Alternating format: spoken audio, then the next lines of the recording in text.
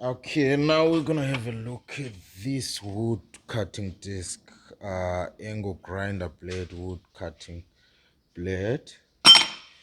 Okay, let's put it on the grinder. This one, just like all other cutting disc, you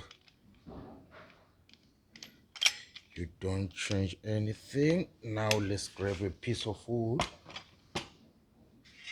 Okay, let's grab a piece of wood. Now we have a piece of chipboard. As you can see, this is the one that we used on a earlier video. Okay, let's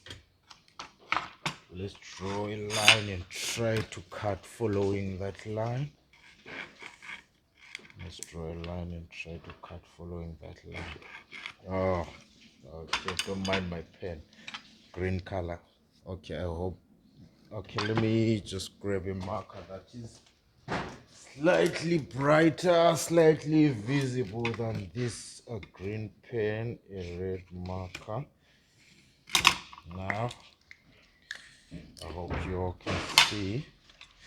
This is our red marker. Now let's go ahead and cut it.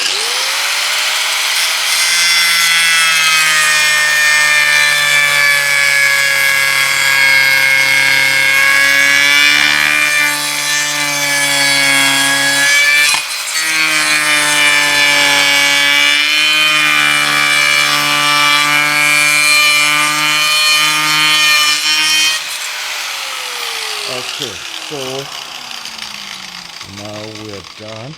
As you can see, my opinion is I wouldn't recommend anyone to use this wood cutting blades on an angle grinder without clamping it onto something, on a table, on a piece of metal or something, because it looks dangerous. The way it moves dangerous, and it got a couple of these hooks, and believe me, if one of these hooks catches you, it's either you're gonna lose a hand or you're gonna lose a finger, but you're gonna lose something.